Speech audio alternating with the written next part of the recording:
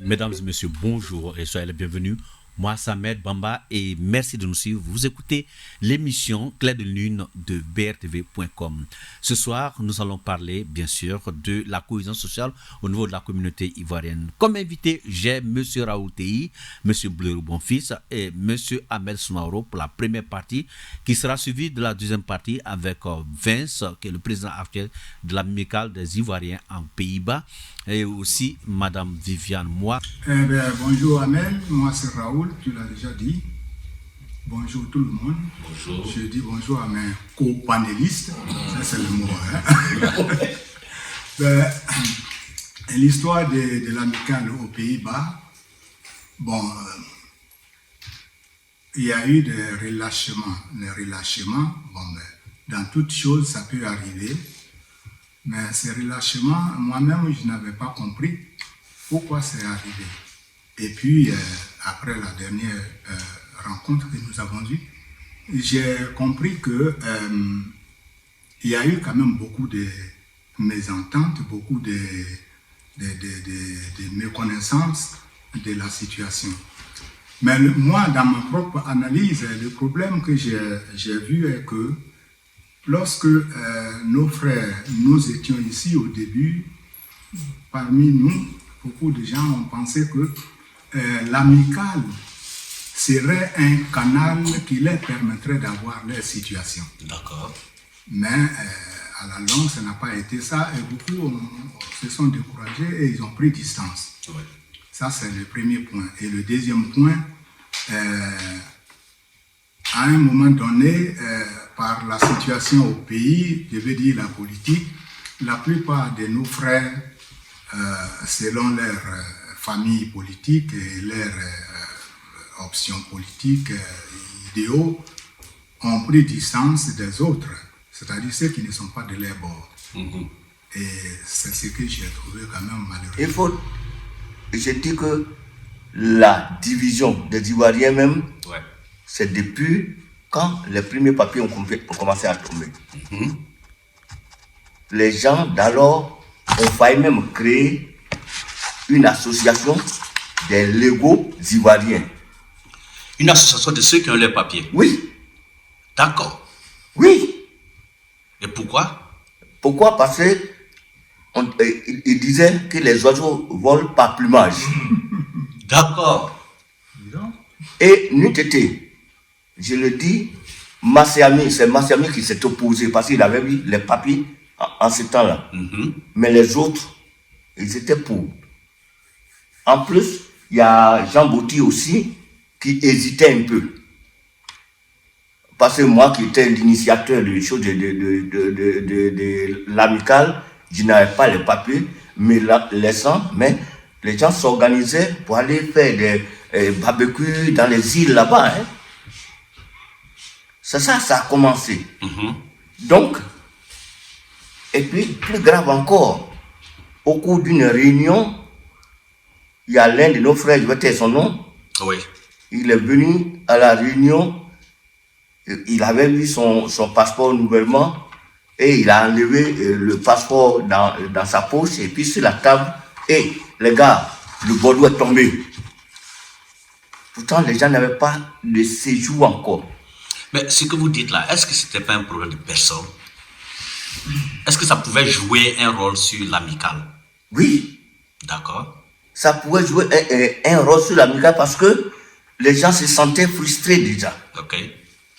Ils se sentaient inférieurs aux autres. Ouais. Donc, bon, quand moi j'étais au-dessus de tout ça là. Ouais. Mais moi j'étais frustré. D'accord. Mais moi je m'en fous, je dis bon, je ne suis pas venu ici avec papier, tôt ou tard ça va venir. Mais c'est ça qui a cassé même l'amicale en premier lieu. Okay. Quand les gens ont commencé à se mettre ensemble, à avoir des comportements déplacés, souvent, ils ne viennent même plus aux réunions. Hein. Pourtant, quand on était tous les illégaux, la salle était pleine. La dernière association. Oui. C'est vrai, nous avons vécu ça aussi un peu, je dirais, très mal. Très mal parce que dans la mesure où les gens n'étaient pas compris à tout moment, c'était un bilan de genre. C'est-à-dire les gens ont refusé carrément de croire que cette association était quand même faite pour la communauté ivoirienne. Comment ça? Parce que c'est... D'abord, quand on approchait, parce que c'était quand même l'association était bien structurée. On avait toutes les possibilités de véhiculer le bon message de cette structure-là. Mais ceux qui acceptaient d'adhérer à l'association, évidemment, il y avait, parce qu'à cette époque, on se rappelle très bien qu'il y avait du monde et tout partait facilement. Mais la seule chose que nous, on était heurtés à beaucoup de choses, c'était le fait que les gens avaient quand même une tendance à croire qu'une association a été créée pour un clan ou bien pour un parti politique. Bon, ces personnes-là, ils n'ont plus la peine quand même de s'approcher de la structure, mais le fait, la composition déjà, celui qui a la tête, parce qu'il est temps déjà, c'était déjà projeté. Donc, comme il est tant de fois passé, la stigmatisation était automatique, était vraiment systématique. Mais est-ce qu'ils n'avaient pas une raison de stigmatiser? Est-ce que quelque part, il n'y avait pas quelque chose qui leur donnait raison quelque part? Non, mais même quand tu as une raison et que tu veux quand même vérifier, une raison ne t'empêche pas de vérifier. Non. Ça, c'est le minimum. Oui. À partir du moment où tu as appris qu'il y a une association ivoirienne et que tu es ivoirien, tu es censé aussi d'être une association ivoirienne, je vais en savoir davantage. Oui. Mais on ne peut pas s'arrêter dans son coin pour dire non, comme c'est la personne qui dirige déjà étant, alors moi je considère que c'est pas ça. Et pourtant, on t'a appelé, on vous a informé, on a organisé des choses pour informer les gens carrément pour dire quel est le but de cette association. Mais quand on continue à véhiculer, parce que le problème c'est qu'il y a des personnes qui veulent attendre, leurs oreilles veulent attendre ce que eux-mêmes souhaitent attendre. Mais nous, sincèrement, la structure, si la structure n'a pas tenu compte de cette différence-là, puisque la structure a voulu évoluer dans sa vision. C'est-à-dire quoi? La cohésion des Ivoiriens et qu'on appelle entre-aides. C'est-à-dire quand l'Ivoirien a un problème, ça devient notre problème. Alors, cette structure, malgré elle a été à son temps stigmatisée, mais elle s'est rendue partout où on avait besoin d'elle. Que ce soit malheur, que ce soit bonheur. La plupart de ces personnes d'ailleurs qui stigmatisaient, quand ils organisaient les qu'on appelle, tu crois, quand il y avait un baptême ou bien un décès, même au niveau du pays, et puis il y a funérailles, on faisait appel. Maintenant, je reviens à Ahmed. Vous êtes venu, vous avez pris le devant de l'amicale en tant que président. Si on vous pose la question, quel était votre bilan? Qu'est-ce que vous pouvez nous dire? Ok.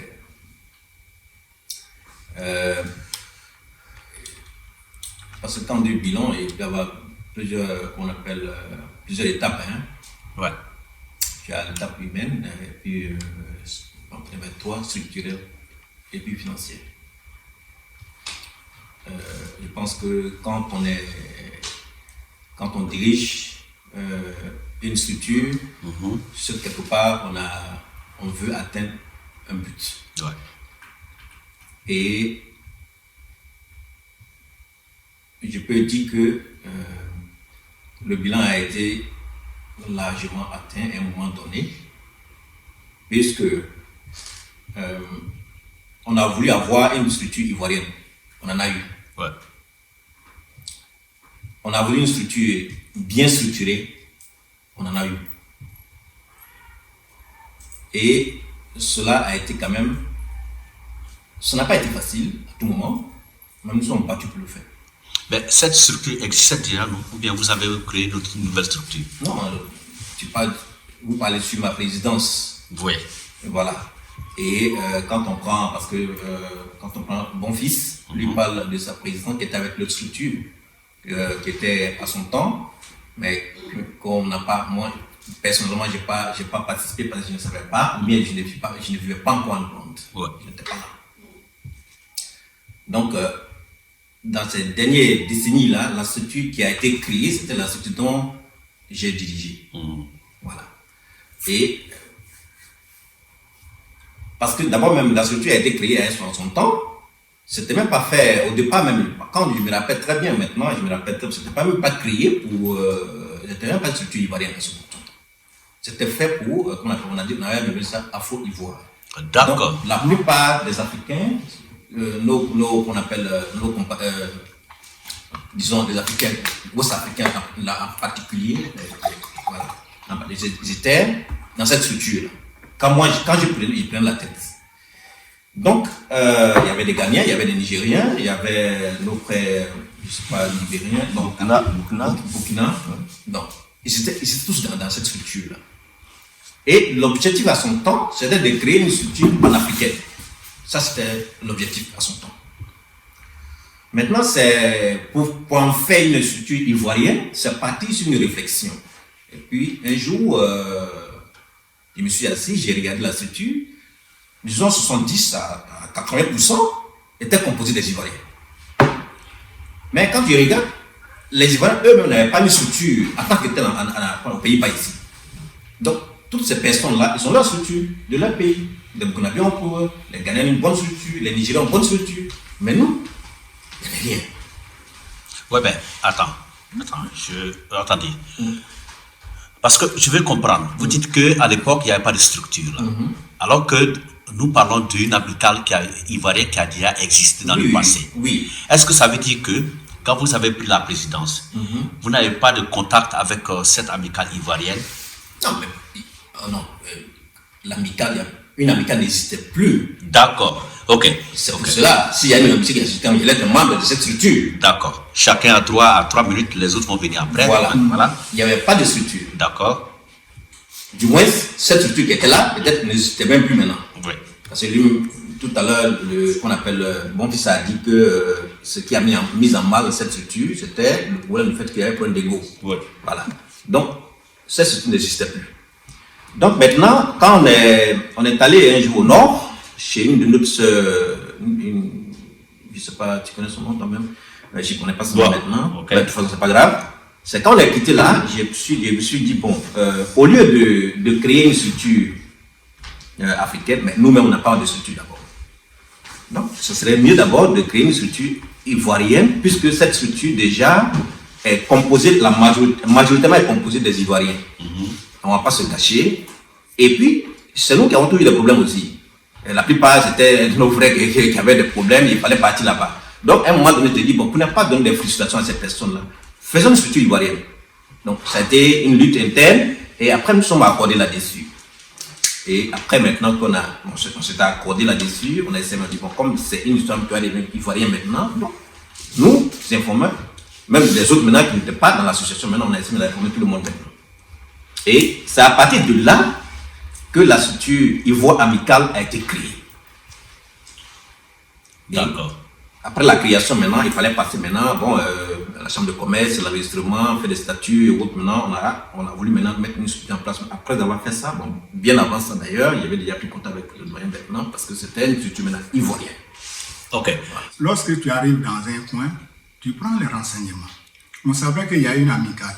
Et cette amicale, si même on sait que cette amicale est d'or ou bien en difficulté, à partir du moment où l'amicale est enregistrée, je crois que j'aurais dû commencer par demander à celui qui l'a dirigé. Mon frère, toi tu as l'expérience de ça, comment ça se passe? Est-ce que on peut relever ça? Est-ce qu'on peut faire ceci? On peut faire cela? C'est à partir de là qu'on peut commencer à faire une autre chose. Mais l'amicale était là, les Ivoiriens étaient réunis. Hein. Ça, toi-même, tu es témoin. Lorsqu'on avait des réunions à Amsterdam, la salle était bourrée. Oui, la salle était bourrée. Donc, les Ivoiriens se retrouvaient. On se retrouvait vraiment. Mais s'ils sont venus et qu'ils ont créé une autre structure, ça veut dire déjà que ça encourage déjà même la division. Ça, c'est déjà une division. Parce que ceux qui étaient là, ils n'ont pas considéré, ils ont fait une autre association. Bon, c'est bien. Non, hein. il a dit que ce qui était là n'était pas fonctionnel. N'était pas fonctionnel. Oui. Mais c'est ce que je dis. Donc, ce n'est pas une division, puisque ce n'était pas fonctionnel. Non. On ne peut pas créer une division. Ça peut ne pas être fonctionnel. Mais est-ce qu'il a cherché à savoir pourquoi ce n'est pas fonctionnel? Est-ce qu'il a cherché à savoir si lui, il peut relever ça ou non? Toi, tu as dirigé une structure. Et puis, tu me dis qu'il y a une structure qui existe. Quand tu dis existe, ça veut dire que c'est actuel. Si tu me dis que ça existait, ça c'est autre chose. Toi, en avais conscience, le jour où je partais chez toi pour te dire, doyen, la structure ivoirienne qui sera créée, mais qui est là, voilà ça, il y avait une structure qui existait. Il n'y a pas une structure qui existait. Je ne me souviens pas que tu sois venu chez moi pour m'informer. À 2 reprises. D'abord, mais il y a après Bamba. Je dis, je m'agis mon fils. Ce jour-là, il n'y avait pas de réunion. Ok, Donc, merci. tu es venu m'informer que tu as créé. Non, on va pas personnaliser le débat. Mesdames et messieurs, bonsoir, moi c'est Ahmed Bamba et vous écoutez l'émission Clair de Lune. Aujourd'hui, nous allons parler de la communauté ivoirienne, comment faire pour retrouver cette cohésion sociale qui existait depuis. Et nous sommes à la deuxième partie de cette émission et ce soir, nous avons l'actuel président de l'amicale qui s'appelle Vince et aussi notre sœur, l'une des rares dames qui participe à cette amicale. Donc pour cela, nous avons décidé de la voir ici pour pouvoir avoir son opinion. Pour être honnête, j'ai pas assez de mémoire pour ça. Je peux pas remonter dans le temps, je vais dire, il y a presque 30 ans passés. C'est bien sûr, c'était une amicale, je vais dire, avec plein d'insouciance. C'était des trucs qu'on faisait parce qu'on était très jeunes. Hein? Et puis, voilà, on participait plus ou moins. C'était pas assez sérieux. Je veux dire, la toute dernière amicale, moi, mon point de vue, est une amicale que je peux dire qui a été plus sérieuse que les autres. Ah bon? Moi, mon point de vue. Hein, parce que l'homme a mûri, l'homme a grandi. Bien sûr. Et donc, l'homme était plus sérieux. Et en plus, il y a eu beaucoup de facteurs avec la politique et l'envie de changer les choses. Là, on voyait les choses autrement. Du coup, je pense que la dernière amicale que j'ai participé, je pense, moi, à mon avis, j'étais plus sérieuse et j'ai trouvé l'amicale. De la volonté que le noyau a, les autres peuvent décider de venir. Mais si le noyau même est démobilisé, elle ne peut pas mobiliser quelqu'un. Et c'est ça. Tout de suite, et je vais revenir un peu, elle a dit quelque chose, tout de suite là, qui m'a un peu choqué. Parce que quand tu n'as jamais été membre d'une association, il ne faut pas la juger. Tu n'as jamais été membre de l'amicale des Ivoiriens aux Pays-Bas. Puisque tu as dit au début, c'était comme ça. Pourtant, tu n'es jamais venu à la réunion. Je ne sais pas là où elle est là. Une réunion de l'amicale de l'amicale. Vous dites toujours, ah, ça c'est affaire des garçons. Vous avez dit ça. Tu viens aujourd'hui et puis dire, ouais, c'est la dernière association qui était plus sérieuse. Pourtant, d'autres associations n'ont jamais participé. C'est cette remarque que je voulais faire. Sourire. Alors, donc, je vais m'adresser à l'actuel président, M. Vince. Qu'est-ce qui vous a poussé à décider d'être président de cette amicale? Comment ça a commencé? Dites-nous un peu votre parcours. Très bonne question, mon frère. Mais bon, comme vous le dites, qu'est-ce qui m'a poussé à vouloir être président? Moi, je vais aller un peu en arrière sur la question, si vous pouvez me le permettre. Oui, bien sûr, allez-y. Moi, j'ai entendu parler l'association par un frère ivoirien. Et comme ça, bon, j'ai été à la première réunion, deuxième réunion. J'ai demandé les tests de l'association, on m'a présenté, j'ai vu. C'était quand même propre, comme on le dit chez nous au pays, parce que ça n'avait rien à faire avec la politique et tout ça. Donc je me suis dit, moi, le truc, pour être franc avec vous, ce qui m'a d'abord poussé à venir à l'amicale, c'était quoi? Quelque chose où je pouvais voir mes frères et sœurs, échanger avec mes frères, puisque bon, vous savez, cette vie d'Europe, nous vivons dans une vie de chacun, dans son chacun, une vie d'intérieur. Donc le fait pour moi d'abord de pouvoir voir mes frères et sœurs, moi, ça me suffisait déjà. Et pour revenir à votre question, ce truc de présidence est venu après. Parce qu'avec l'amicale, j'ai d'abord été un simple membre, comme tout un chacun. Et bon, avec le temps, j'ai été, comme on dit, j'ai eu, comme on dit, l'opportunité d'être le chargé des affaires étrangères. C'était mon poste, mon premier poste en tant que membre du bureau. Et après ça, j'ai gravé, comme on dit, les échelons. J'ai eu un peu de grade, si je peux me permettre. En gardant en même temps le poste de chargé des affaires étrangères, j'ai été vice-président dans le temps de notre frère Soumaoro Ahmed. Il était le président, j'étais le vice-président et en même temps chargé des affaires étrangères. Et c'est avec le temps, notre frère Ahmed Soumaoro a eu il était un peu indisposé, il était occupé avec d'autres choses. Donc, le statut de l'amicale me permettait en ce moment où le frère était indisposé de passer à président pour finir son mandat. Alors, je vais continuer toujours avec vous. Vous êtes devenu le président. Et quels sont les actes que vous avez posés au niveau de la cohésion sociale?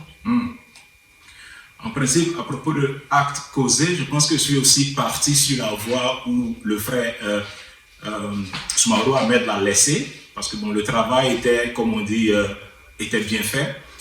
C'était ce qu'on faisait dans le temps, on se déplaçait même pour aller chercher les frères et sœurs chez eux à la maison pour qu'ils viennent aux réunions. Comme on dit, les gens viennent aux associations par intérêt. Et ça, c'est vrai. Hein? Moi-même qui suis le président actuel, je suis aussi venu par intérêt. Et mon intérêt, je vous l'avais déjà dit, je suis venu dans le but de pouvoir voir mes frères et sœurs, échanger avec mes frères et sœurs. Donc, tous les autres, nous allons dire tout ce que nous voulons. Nous allons parler que c'est la politique qui a divisé d'autres personnes, que c'est l'ethnie qui a divisé d'autres personnes.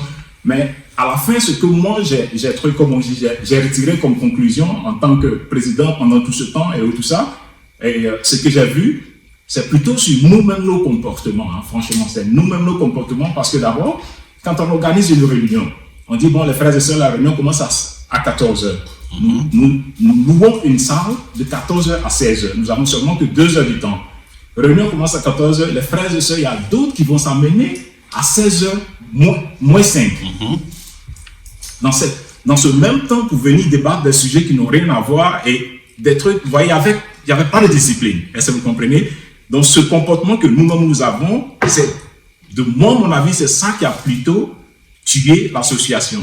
Et en même temps aussi, il y a beaucoup de frères qui sont partis. Beaucoup de frères qui se sont cherchés, il y a d'autres qui sont allés dans d'autres pays, soit en France, ou soit en Belgique. Ce sont des preuves palpables, ce sont des trucs qui sont vraiment vrais. Que nous avons moins de membres aujourd'hui, c'est vrai, mais il y a plusieurs cas. Je comprends tout ce point-là, mais seulement j'essaie dans ma tête de faire le pont vers la cohésion. Parce que ce que vous dites, c'est des trucs pratiques, les gens ne viennent pas à l'heure, comme les Africains ont l'habitude de ne pas venir. Mais nous sommes devant un fait. Vous êtes venus, vous avez vu qu'à un moment donné, il y avait un peu de membres qui venaient là, comme vous avez dit, le train, la métaphore du train, les gens descendent. Est-ce que vous vous êtes renseigné pour voir pourquoi les gens descendaient? Est-ce que vous avez cherché à comprendre ça? Oui, je vais vous répondre en 2 temps. Pourquoi vous répondre en 2 temps? Si la question est toujours à moi, oui, bien sûr. Après, okay. Je vais revenir. Je reviens encore sur ce que je viens tout juste de vous dire. C'est un truc, cette discipline, si on ne l'a pas, si vous comprenez. D'accord. Nous sommes à la réunion. 10 minutes à passer, 15 minutes à passer, 30 minutes à passer, 1 heure à passer. Et nous appelons les membres que nous attendons, qu'on devait se voir à la réunion, vous appelez. Non, mais monsieur et madame, ils sont allongés à la maison devant la télévision. Vous voyez? Et ça, c'est pas une fois, c'est pas 2 fois, vous voyez? Donc, il y a une motivation, il y a trop de laisser aller, il n'y a pas de sérieux. Est-ce que vous comprenez? Il n'y a pas de sérieux. Parce qu'il n'y a pas d'intérêt, donc... C'est possible. Ok. Est-ce que vous voyez? Ok. Donc, je reviens encore tout là-dessus. C'est comme un train. On vient quand on veut. On vient par intérêt. Quand ça nous arrange, on vient. Quand ça ne nous arrange pas, on s'en fout. Est-ce que vous voyez? Donc, on aura beau faire ce qu'on veut, mettre tout son sérieux et tout ça. Mais bon, c'est ensemble que nous faisons la chose. C'est ce que presque tout le monde oublie. C'est ensemble que nous sommes une association. Je reviens sur le mot cohésion parce qu'il en manque. Merci pour cette question. Quand vous dites un plan B ou quoi faire, moi, pour bien vous répondre, je pense que ce que vous demandez maintenant, c'est ce que nous avons fait depuis le début. C'est ce que nous avons fait tout le temps. En allant chercher les gens, inviter les gens, faire tout possible pour que chacun se sente chez soi. C'est ce que nous avons fait tout le temps. Mais à la fin de tout ce que nous faisons, ça dépend du membre lui-même, s'il est vraiment intéressé, s'il veut. On ne peut pas forcer, on ne peut pas aller déterrer les gens dans leur lit ou dans leur fauteuil pour venir à la réunion ou à l'association. Si quelqu'un ne veut pas, vous allez faire tout ce que vous voulez. On s'est déplacé, on est allé plusieurs fois. Il y a des cas qui se sont présentés, ou soit des décès, ou soit il y a plein de choses qui se sont présentées.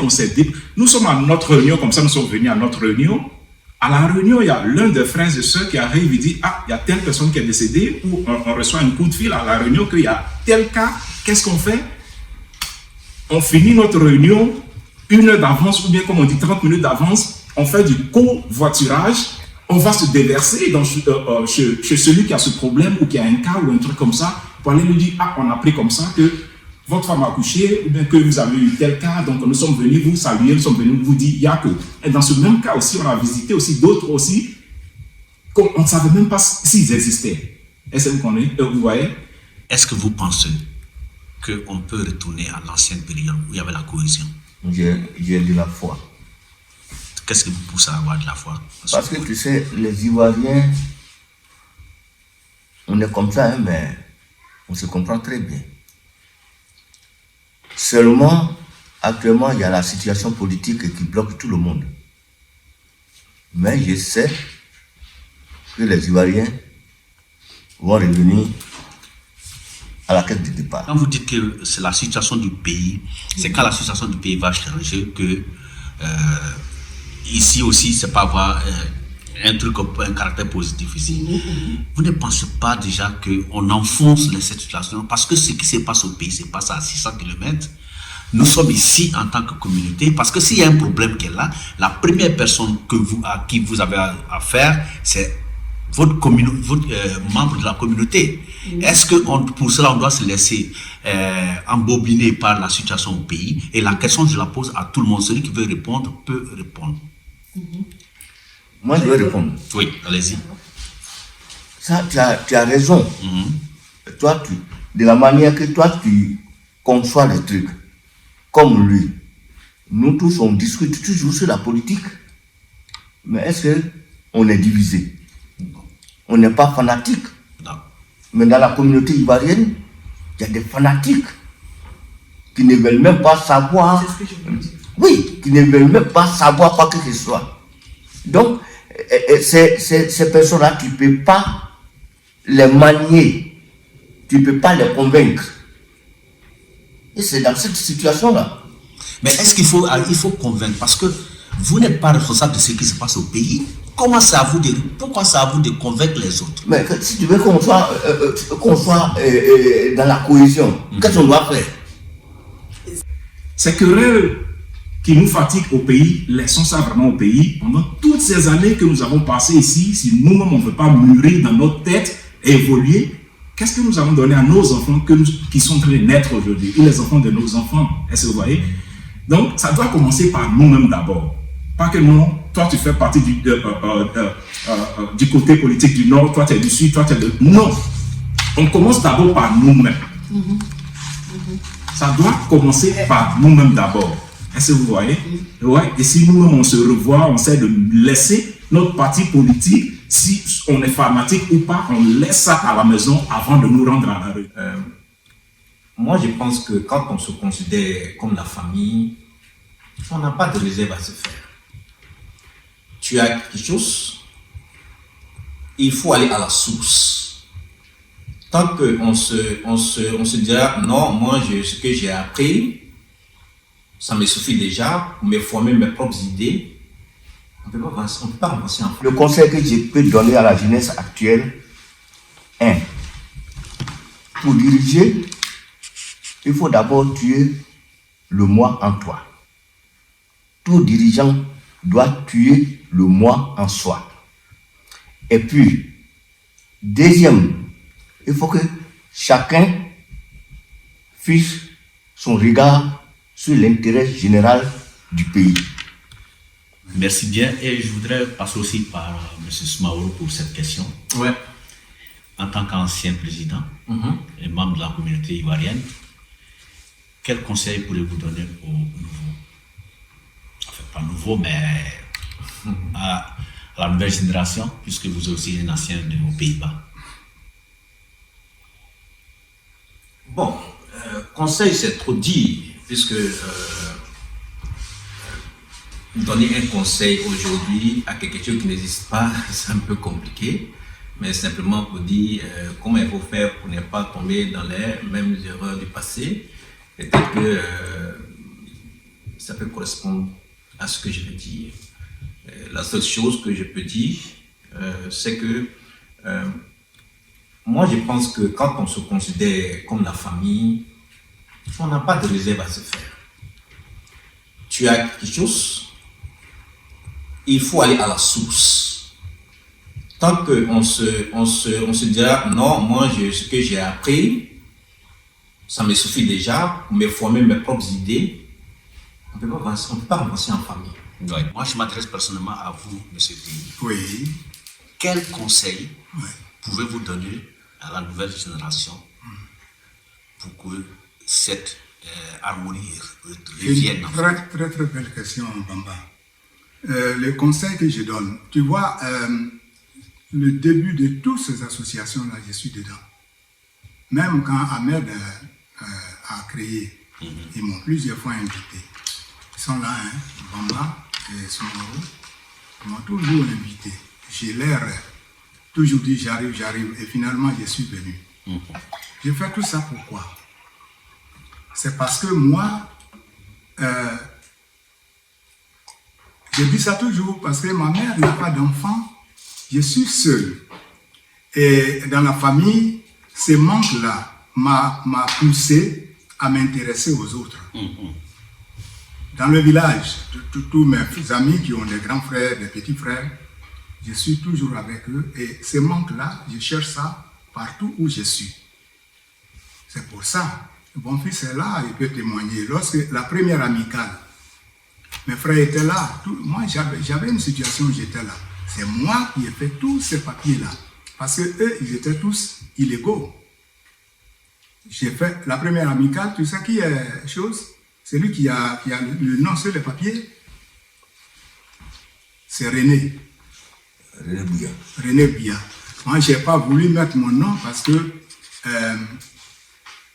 j'étais dans une situation où j'évitais, je ne savais pas ce que c'était, j'évitais de faire ça. Et dans toutes ces choses-là où il y a l'argent, je leur ai dit, moi je peux vous aider, mais moi je gère. Donc j'étais trésorier. Parce que c'est ça le socle de tout. Ouais. Ouais. Mais pour dire qu'il faut que tout le monde, nous nous intéressons aux autres. Tu vois, on ne se suffit jamais. Ouais. Bon, je vais rester dans mon coin là-bas, je dors, je fais tout ce que je veux. Mais moi, je dis que depuis que nous sommes partis de Côte d'Ivoire, je l'ai plusieurs fois dit à nos réunions, je pense même que nous venons tous d'Abidjan. Pour ne dire que celui-là il vient de la Boisseau, celui-là vient de Diokoué. Non, je pense qu'on vient tous d'Abidjan. C'est parce que j'ai cette chose-là de rapprochement aux autres. Mais pour donner conseil à tous ceux qui veulent bien m'entendre, dans toutes choses, lorsqu'on faisait nos réunions entre-temps, je disais que lorsque vous êtes ensemble, où il y a un niveau hétérogène, pour te faire comprendre, il faut te mettre au niveau du plus petit. Si celui-là a compris, tout le monde a compris. D'accord. Parce que si tu relèves le niveau haut, il y a beaucoup qui vont pas comprendre. Maintenant, le niveau bas. S'ils ont compris là, ça peut aller. Donc, c'est pour dire à tous mes frères qui sont ici, nous sommes tous différents. Même les jumeaux, ils sont différents, hein, de caractère. Même physique souvent. Lorsqu'on est ensemble, il faut tenir compte des autres. Lorsque vous êtes dans un groupe, il faut tenir compte des autres. C'est pourquoi il y a des règlements, c'est pourquoi il y a des lois pour essayer de composer ensemble. Mais si chacun essaie de se fixer sur son orgueil, ça ne marchera pas. Parce que tu ne peux jamais éteindre le feu avec le feu, ça ne marche pas. Il faut de l'eau. Vous venez d'assister à cette émission, quelle est votre impression? Bonjour, moi c'est Ibrahima Bamba. Franchement, j'ai été heureux d'assister à cette émission qui a pour but comment faire pour réunir la communauté ivoirienne. Si je me situe dans le contexte, moi je suis un peu la nouvelle génération. Je suis un peu l'un des derniers arrivés ici. Et ma première préoccupation a été, est-ce que les Ivoiriens se réunissent? Et c'est dans cette association que j'ai connu beaucoup d'hommes, que ce soit Ahmed, Vince, Viviane et Raoul. Est-ce que vous pensez qu'il y a un futur dans ce qui a été dit? Bon, c'est un peu mitigé. Quelque part, au départ, quand j'entendais mes devanciers parler, franchement, j'étais vraiment heureux de trouver une solution, comment faire pour sortir du trou.